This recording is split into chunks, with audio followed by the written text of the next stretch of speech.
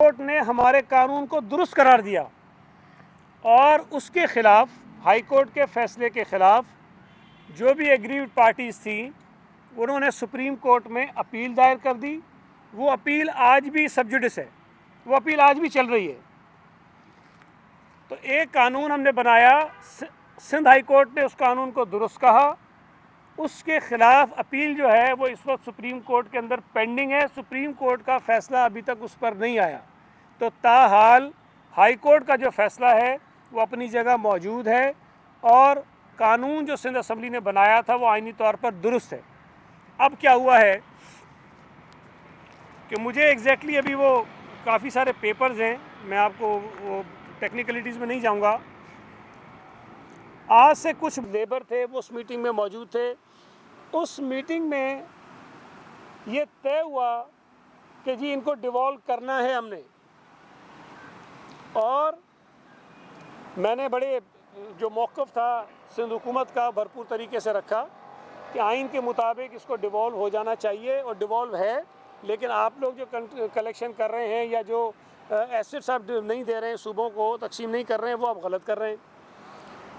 उस मीटिंग में सिंध ने, पंजाब ने और बलूचिस्तान ने सपोर्ट किया कि ये डेवोल्यूशन होनी चाहिए, सपोर्ट किया इस बात को, सिवाय KPK के जिनका ये कहना था कि जी हमारे पास रिसोर्सेज कम हैं और हमारे अखराजात ज़्यादा होते हैं, लिहाजा हमारा जो निज़ाम है वो चल नहीं सकेगा, इसलिए फ़िलहाल इसको डिवॉल्व ना करें। लेकिन 3 सूबों ने इसको सपोर्ट किया उस मीटिंग के अंदर। उसके बाद ये तय हुआ कि जनाब मज़ीद मीटिंग्स होनी हैं और एक मेकनिज़म बनाया जाएगा कि जो वर्कर्स हैं सूबा सिंध में काम करते हैं, उनका ताल्लुक़ किसी और सूबे से है, तो उनको बेनिफिट्स किस तरह से दिए जाएंगे। हमने कहा जी वो मैकेनिज़्म हम बना लेंगे। हमने बनाया, उसमें हमने यहाँ तक ऑफ़र की कि बलूचिस्तान और KPK चूँकि इस हवाले से थोड़े निस्बतन कमज़ोर हैं, उनके पास वसाइल की कमी है, तो मैं सिंध हुकूमत के बिहाफ पे ये ऑफ़र कर रहा हूँ आपको कि जो असासे जो एसेट्स हैं वर्कर वेलफेयर फ़ंड के, जब वो आप डिवॉल्व करेंगे, अभी तक मैं आपको बताऊं कि तकरीबन 172 अरब रुपए वफाकी हुकूमत के पास हैं वर्कर वेलफेयर फ़ंड के। ये मैं आपको डेवोल्यूशन से पहले की बात बता रहा हूँ। और 124 अरब रुपए तो वो एडमिट करते हैं, रिकनसाइल हो गए हैं। 124 अरब रुपए रिकनसाइल हो गए हैं, वो मानते हैं कि हमारे पास है। वैसे ये रकम 172 अरब से ज़्यादा है। हमने ये ऑफ़र की कि जब आप ये डिवॉल्व करके तकसीम करेंगे, डिस्ट्रीब्यूट करेंगे, तो सिंध हुकूमत अपने हिस्से से बलूचिस्तान और KPK को कुछ रकम देने को तैयार है, और इसी तरह पंजाब से लें और इसी तरह वफाकी हुकूमत डालें, ताकि ये सूबे कुछ इस काबिल हो सकें कि ये अपने सूबे के मज़दूरों को उनकी जो ज़रूरियात हैं वो पूरी करने के लिए उनको मदद फराम कर सकें। तो हमने ये उनको ऑफ़र किया। वो मीटिंग बड़ी अच्छी तरह हुई, ख़त्म हुई। लेकिन उस मीटिंग के बाद जो CCI में रिपोर्ट पेश की गई वो बिल्कुल ही अलग थी। उसमें कहा गया जी कोई मैकेनिज़्म नहीं है, लिहाजा ये वफाकी हुकूमत अपने पास रखे महकमे। और आपको शायद याद होगा जब ये रिपोर्ट CCI में पेश की गई तो मैंने सिंध असम्बली में खड़े होकर ये एतराज़ किया था कि फ़हमीदा मिर्ज़ा साहिबा ने गलत रिपोर्ट CCI के सामने पेश की है और हक़ाइक़ के ये मुनाफी है, और वो सूबा सिंध से ताल्लुक़ रखती हैं, लेकिन जो काम उन्होंने किया वो सिंध दुश्मनी पर मबनी है। वो सिंध के जो आइनी हुकूक़ हैं जो मिलने चाहिए, जो वफाक नहीं दे रहा है, फ़हमीदा मिर्ज़ा साहिबा उसके रास्ते में रुकावट बन रही है।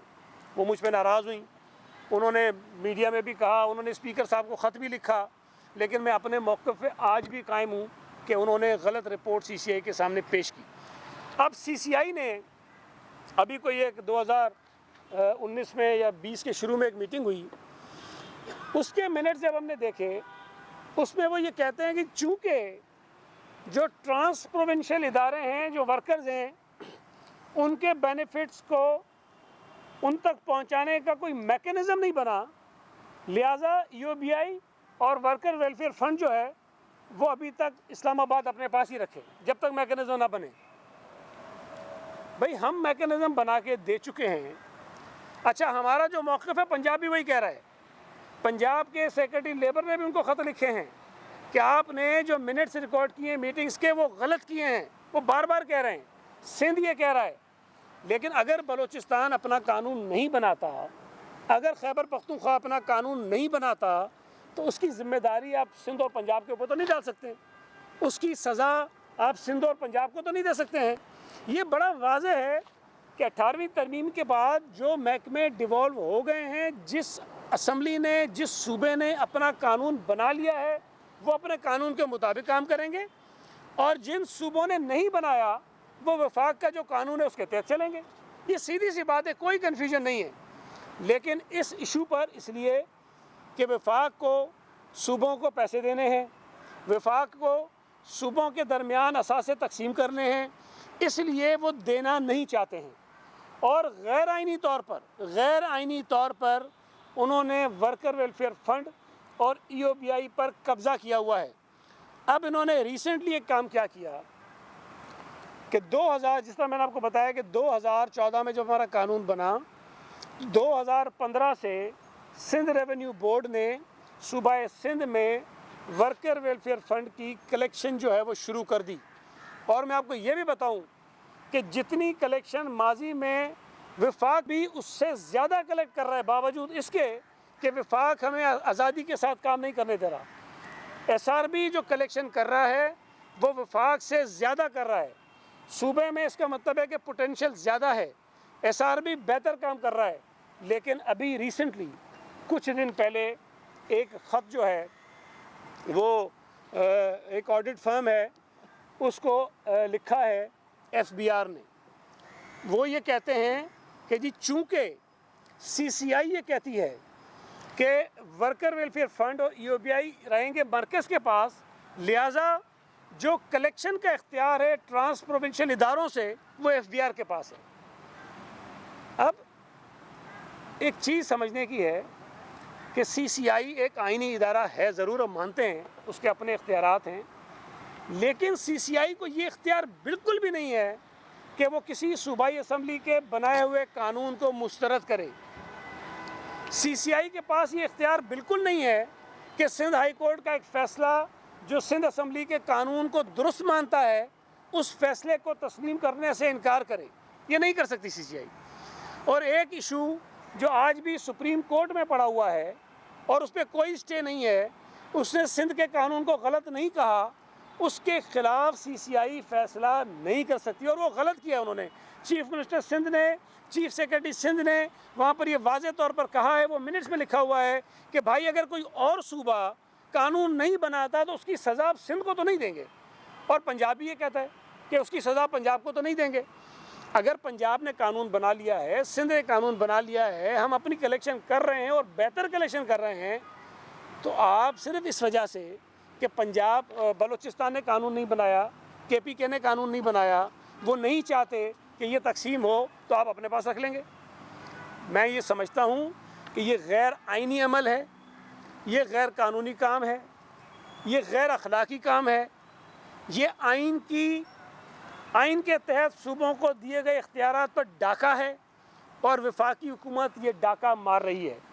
और मुझे अफसोस के साथ कहना पड़ता है कि एक नॉन इलेक्टेड स्पेशल असिस्टेंट, जिसकी कोई बड़े आदमी होंगे, मुझे इससे कोई इनकार नहीं, ज़ाती तौर पर मुझे उनसे कोई इख्तलाफ नहीं है, लेकिन एक गैर मुंतखब ड्यूल नेशनल स्पेशल असिस्टेंट एक पूरे वफाकी इदारे को चलाते हुए सूबों के आइनी इख्तियारात को सलब करने के फ़ैसले नहीं कर सकता है।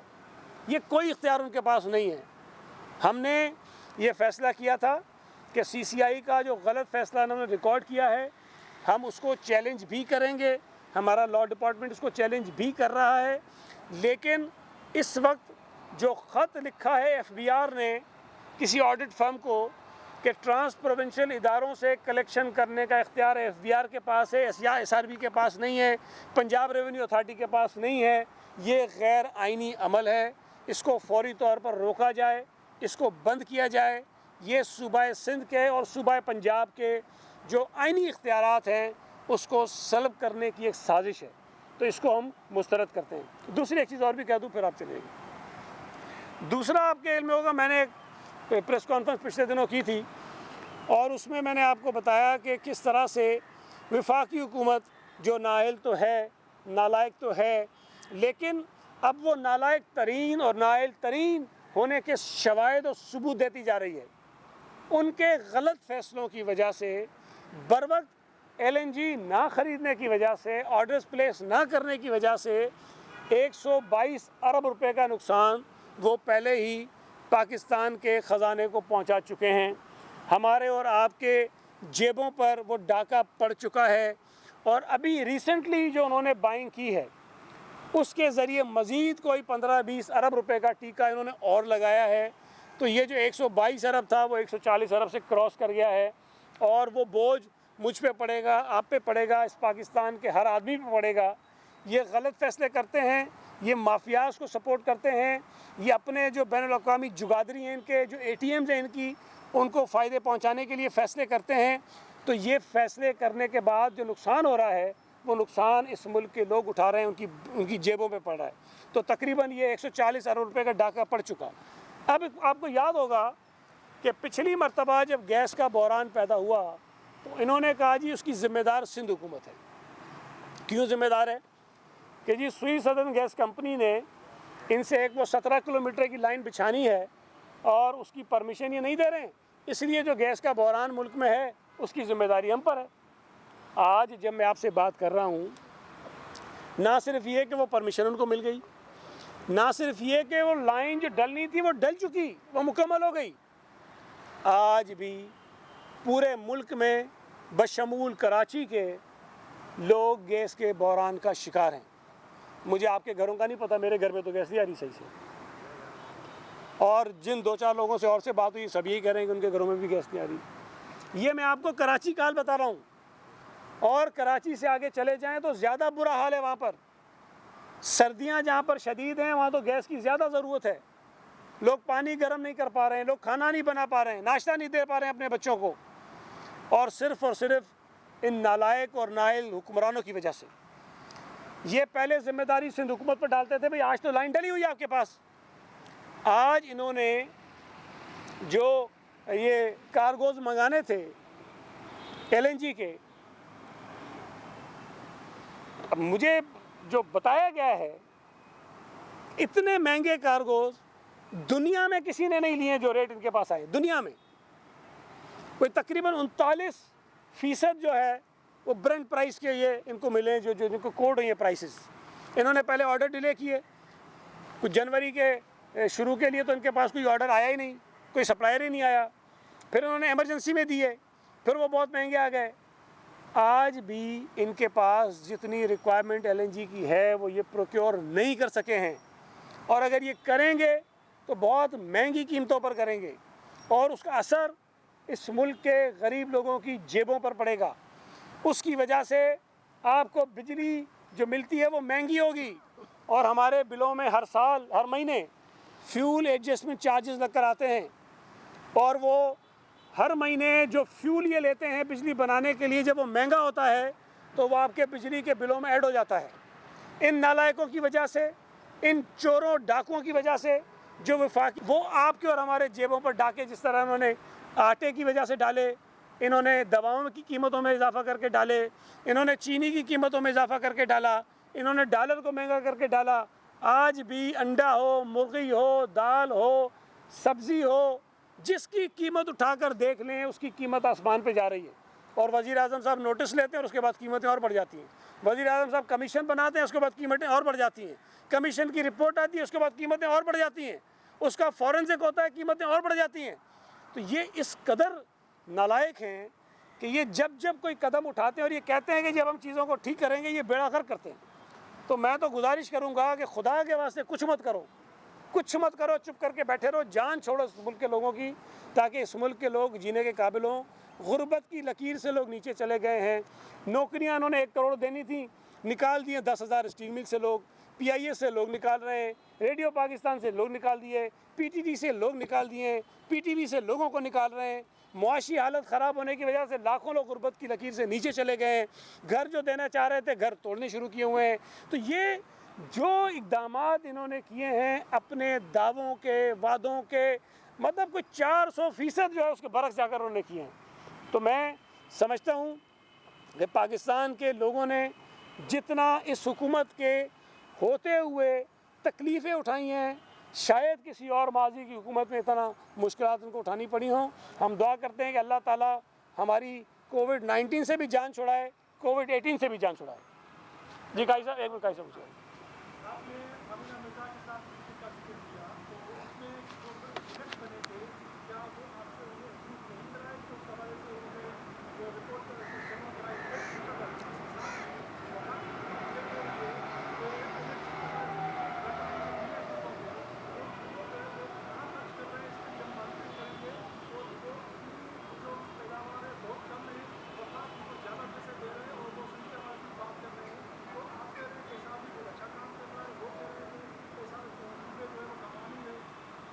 देखिए, पहली बात जो आपने मिनट्स की कही, जैसे ही वो रिपोर्ट पेश हुई सीसीआई में, हमने उनको बाकायदा ख़त लिखकर आगाह कर दिया कि आपने जो रिपोर्ट पेश की है वो दुरुस्त नहीं है। जो मैंने अभी आपको बताया कि सीसीआई के जो मिनट्स आए, जो फ़ैसला उन्होंने दिखाया, उसको चैलेंज करने का फ़ैसला भी हम कर चुके हैं और सीएम साहब ने इसकी भी अप्रूवल दे दी हुई है। जो दूसरी बात आप कर रहे हैं कि एनएफसी में जो पैसे सूबों को मिलते हैं उसका हिसाब किताब ये लेंगे। देखिए, मैं आपको कहता हूँ ना, ये नालायक हैं, नाअहल हैं, ये अक्ल व शऊर से तो पैदल हैं, इनको आइन और कानून का भी कुछ नहीं पता। ये जो तासुर इन नालायकों के अंदर है कि वफाकी हुकूमत सूबों को पालती है, ये गलत है। सूबे वफाक को पालते हैं, सूबों की वजह से इस्लामाबाद की हुकूमत चलती है। सूबे कमाते हैं तो इस्लामाबाद चलता है, इनके वफाकी इदारे चलते हैं। अगर ये सूबों को पैसे देते हैं तो ये एहसान नहीं करते हैं, सूबे वफाक को पैसे देकर इस्लामाबाद पर एहसान करते हैं। ये तासुर ये दिमाग से निकाल दें। ये पैसा कोई इनकी ज़ाती जागीर नहीं है। ये मुल्क में जो लोग हैं, जो सूबे हैं, उनकी कमाई है और उस पर ये चलते हैं। तो इनको बिल्कुल, अगर ये समझते हैं कि जी हिसाब होना चाहिए, तो हिसाब का मैकेनिज़्म बना हुआ है। असम्बलियों के सामने बजट पेश होते हैं, क्वार्टरली रिपोर्ट्स बनती हैं, एनएफसी की रिपोर्ट बनती है, और इन्होंने जितने वादे किए सूबों से, जितना ये ऐलान करते हैं, और आपको पता है कि ये टारगेट सेट करते हैं हर साल। एफबीआर अपना टारगेट सेट करती है। वफाकी हुकूमत हर साल बजट में बताती है कि जी हम इतने हज़ार अरब रुपए इस साल इकट्ठे करेंगे। फिर उन पैसों को फार्मूले के तहत सूबों को बताया जाता है कि जी इतने पैसे हम सूबों को देंगे।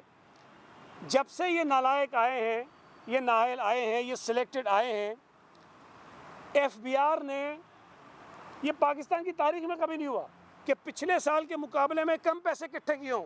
ये एजाज़ भी पाकिस्तान को इस नालायक इमरान खान की हुकूमत में नसीब हुआ है, मिला है कि पैसे कम इकट्ठे हुए। उसकी वजह से सूबों को पैसे कम मिलते हैं। सूबों को जब पैसे कम मिलते हैं तो हमारा जो बजट बनता है, इनके दावों, इनके वादों को सामने रखकर जो बनाते हैं, वो बजट डिस्टर्ब होता है। दूसरी बात जो उन्होंने कही कि सूबे अपना जो रेवेन्यू है वो कलेक्ट नहीं करते हैं। मैं दावा कर रहा हूँ, मैं चैलेंज कर रहा हूँ, मैं फिगर से आपको बता सकता हूँ कि सिंध रेवेन्यू बोर्ड पाकिस्तान का वो वाहिद इदारा है जो जब से बना है उसने अपने टारगेट्स मीट किए हैं। हम तो वफाकी हुकूमत को ये कह रहे हैं कि जो सेल्स टैक्स ऑन गुड्स है, जो एफबीआर कलेक्ट करता है, वो आपसे कलेक्ट नहीं होता है। इसकी कलेक्शन आप एसआरबी को दें। हम ना सिर्फ ये कि आपका टारगेट पूरा करके देंगे, बल्कि टारगेट से ज़्यादा रिकवर करके देंगे। तो सूबा सिंध ने अपना जो रेवेन्यू है उसको बहुत ज़्यादा बढ़ाया है। अगर आप मवाजना करना चाहते हैं, पंजाब से कर लीजिए। पंजाब हमसे बहुत बड़ा है ना, हमसे कम कलेक्ट कर रहा है पंजाब, केपीके कम कर रहा है, बलूचिस्तान कम कर रहा है। तो सूबा सिंध की हद तक जहाँ अल्लाह ताला ने हमें इन्हें नालायकों से बचाया हुआ है, वहाँ हम बेहतर कलेक्शन कर रहे हैं।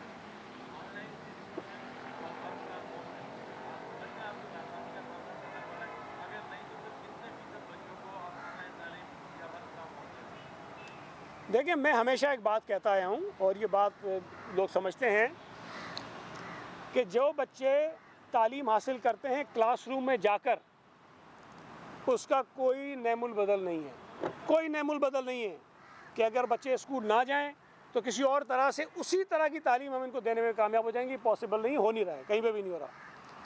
हमारे मुल्क में हमारे पास तो कभी ये तसव्वुर भी नहीं था कि वक्त ऐसा आ जाएगा कि स्कूल इतने लंबे अरसे के लिए बंद हो जाएंगे और हम ये अल्टरनेट ऑप्शंस की तरफ चले जाएंगे कि बच्चों को ऑनलाइन तालीम देने का सिलसिला शुरू करें। ये मजबूरी की हालत में एक सिलसिला शुरू किया गया, और चूँकि हमारे मुल्क में कई इलाके ऐसे हैं जहाँ पर इंटरनेट की सहूलत मुयस्सर नहीं है।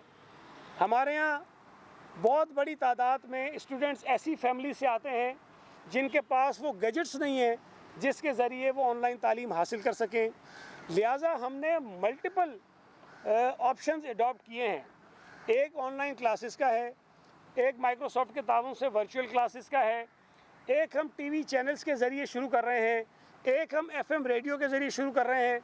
अब ये सारी चीज़ें भी अगर हम कर लें ना, देखें अभी तो मैं आपको कह रहा हूँ कि हम यही चीज़ें कर रहे हैं, अगर हम ये सारा कर भी लें तब भी 100% बच्चों तक हमारी पहुँच नहीं होगी और हम उनको तालीम उस तरह की नहीं दे सकेंगे जो स्कूलों में हासिल कर सकते हैं।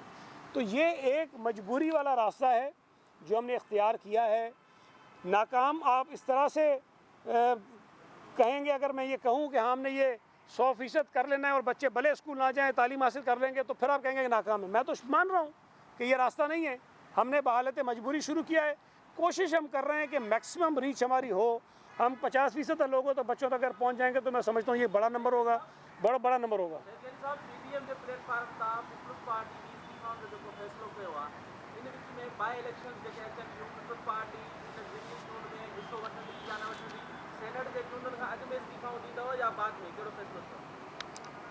देखें, ये तो फैसला हुआ पीडीएम में कि तमाम जो अपोजिशन के अरकान हैं असम्बलीज़ में, वो अपनी क़यादत को अपने इस्तीफ़े जमा करवाएंगे। हमें कहा गया, हमें हिदायत मिली और सूबा सिंध की असम्बली के तमाम मेंबरान ने अपनी क़यादत को अपने इस्तीफ़े पेश कर दिए हैं। अब वो इस्तीफ़े इस्तेमाल कब होने हैं इसका फ़ैसला क़यादत ने करना है। जहाँ तक बाई इलेक्शन की बात है, बाई इलेक्शंस एक आइनी तकाज़ा हैं जो होने चाहिए, बल्कि ताख़ीर हुई, इसमें पहले हो जाने चाहिए थे। अब अगर इंतखाबात हो रहे हैं और अभी तो चूँकि एक जगह तो डेट आ गई है नॉमिनेशन की, तो वहाँ हमारा कैंडिडेट ऑलरेडी है, बाकी के नॉमिनेशंस अभी होने हैं। ये फ़ैसला भी ज़ाहिर है कि पीडीएम ने करना है, पार्टी क़यादत ने करना है, लेकिन मेरी राय में वहाँ हमें इलेक्शंस अगर हो रहे हैं तो हमें हिस्सा लेना चाहिए, ये साबित करने के लिए कि पीटीआई की हुकूमत नाकाम है और उसके कैंडिडेट्स को लोग पसंद नहीं कर रहे हैं। और अगर वहाँ से अपोजिशन के कैंडिडेट्स बड़े भारी मार्जिन से जीतते हैं तो ये भी लोगों का हुकूमत पर अदम एतमाद का एक बहुत बड़ी अलामत होगी।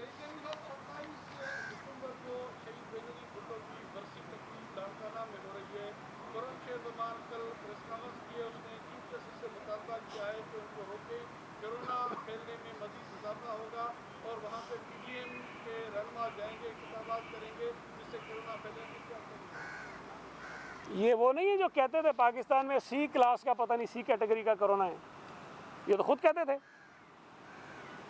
तो ये तो वो लोग हैं जो कोरोना को मानते ही नहीं है।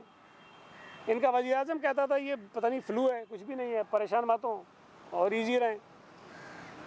हम सबसे ज़्यादा एहतियात भी करते हैं, और अगर हमारे जलसे हुए हैं तो कराची के जलसा, चूँकि मुझे पता है हमने 1 लाख से ज़्यादा मास्क तकसीम किए, हमने रैली की, वहाँ 10,000 से ज़्यादा हमने मास्क तकसीम किए।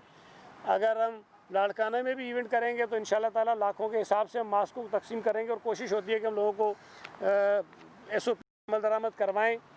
लेकिन सवाल ये है कि क्या सिर्फ अपोजिशन की एक्टिविटीज़ को रोक देने से कोरोना को रोकने के में कामयाब हो जाएंगे, या तो वज़ीर आज़म साहब ने बाकी तमाम चीज़ें बंद कर दी होती हैं कि जी ये कोरोना के फैलने का सबब बन रही है, तो फिर अगर वो अपोजिशन से कहते तो अखलाकी तौर पर कोई जवाज़ उनके पास था।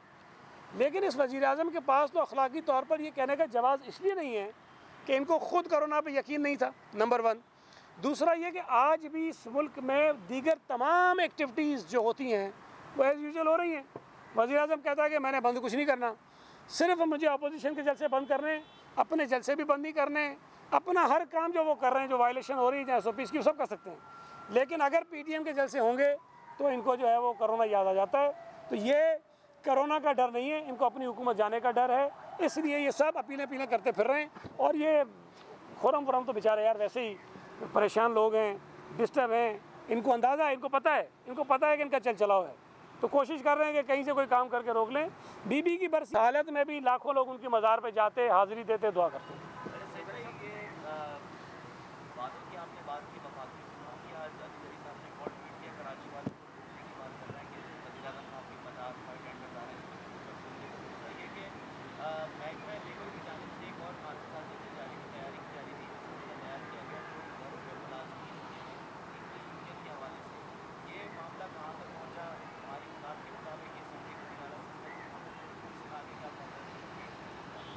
देखें, कराची में जितने मंसूबे इस वक्त तक चल रहे हैं वो तमाम के तमाम नवाज शरीफ के दौर के शुरू किए हुए हैं, और उसका क्रेडिट ये नालायक और नायल लेते हैं तो लेते रहें, चाहे ग्रीन बस हो या सड़कें जो कुछ बनी है वो हों।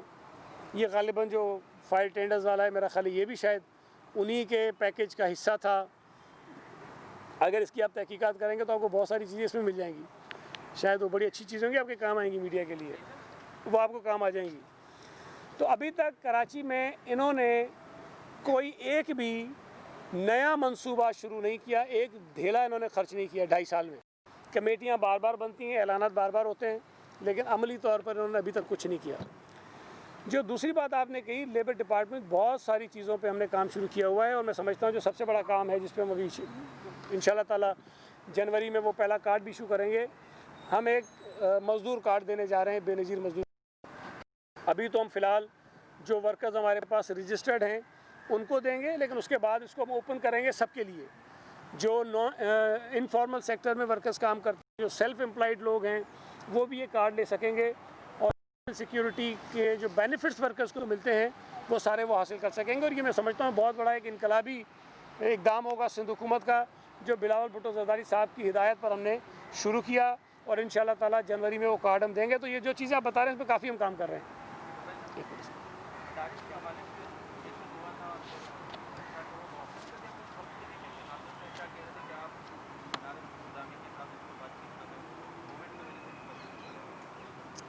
देखिए, जहाँ तक मुझे याद पड़ता है, जब ये शफ़क़त महमूद साहब ने तालीमी इदारे बंद करने का ऐलान किया था, उसके साथ साथ मदारिस को भी बंद करने का ऐलान हुआ था, उसी वक्त हुआ था। और उसके बाद ज़ाहिर है कि जो SOPs थी, जो चीज़ें थी, जिस तरह स्कूलों में इजाज़त थी कि वो बच्चों को किसी वक्त बुलाएं, उनको अपना होमवर्क दे दें, SOPs को फॉलो करें, उसी तरह की सारी चीज़ें मदारिस के लिए भी थी। तो ये मुझे नहीं पता कि ये नोटिफिकेशन इस वक्त वापस हुआ है कि नहीं हुआ है, लेकिन ये फ़ैसला तो उस वक्त हुआ था, और अगर आप निकाल के देखेंगे रिकॉर्ड में तो शफ़क़त महमूद साहब ने उस वक्त ऐलान किया था ये।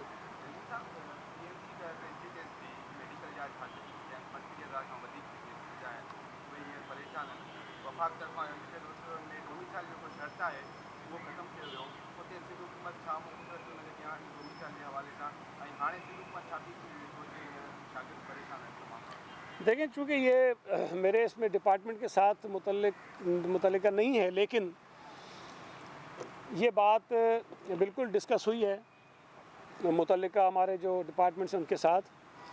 जो फ़ैसला किया गया था वो बहुत ही अजीब है, और बड़ी हैरत की बात है कि अगर आप सूबा सिंध में भी सूबा सिंध के स्टूडेंट्स को तरजीह नहीं देंगे और दीगर सूबों के लोग आकर यहाँ तालीम हासिल करें मेडिकल की, वैसे आते हैं, कोई हर्ज नहीं है, लेकिन जो तालीमी इदारे जिन सूबों में, जिन शहरों में हैं, उन पर पहला हक वहाँ के लोकल लोगों का होना चाहिए। ये तो नहीं बात होती कि हमारा बच्चा जो कराची में रहता है वो अगर इनके मुताबिक उसका एडमिशन कहीं जाके चकवाल में हो जाए तो उसको आप चकवाल भेजेंगे, और झेलम वाला जो बेचारा है उसको आप कहेंगे कि तुम जाके लाड़काना में पढ़ो। तो अजीब सी एक उन्होंने पॉलिसी बनाई है, इस पर हम बात कर रहे हैं, काम कर रहे हैं, और इस पर हमने बात की भी है। ये बड़ी अजीब सी, गैर मंतकी सी है कि उन्होंने पॉलिसी बनाई है, जो मैं समझता हूँ इसको इंशाल्लाह ताला तब्दील कराएंगे। एक मिनट, पंजाब हमसे बहुत आगे है किस चीज़ में? तालीम के मामले में, तो अब तक आपने इस शोबे में क्या नई हिकमत अमली अपनाई है और आगे मुस्तकबिल में आपके क्या इरादे हैं? देखिए, काम तो उस पर काफ़ी कर रहे थे, लेकिन बदकिस्मती से मुझे फरवरी के पहले हफ्ते में ये पोर्टफोलियो मिला और तीसरे हफ्ते में जो है वो आकर ये कोविड आ गया। तो इस वक्त तो हम सिर्फ कोविड से निकलने के चक्करों में लगे हुए हैं, लेकिन बहरहाल पॉलिसीज़ हम बना रहे हैं और कोशिश हम कर रहे हैं कि तालीम में कुछ बेहतरी आ सके, लेकिन कोविड के होते हुए शायद हम बहुत ज़्यादा काम नहीं कर सकेंगे। Thank you.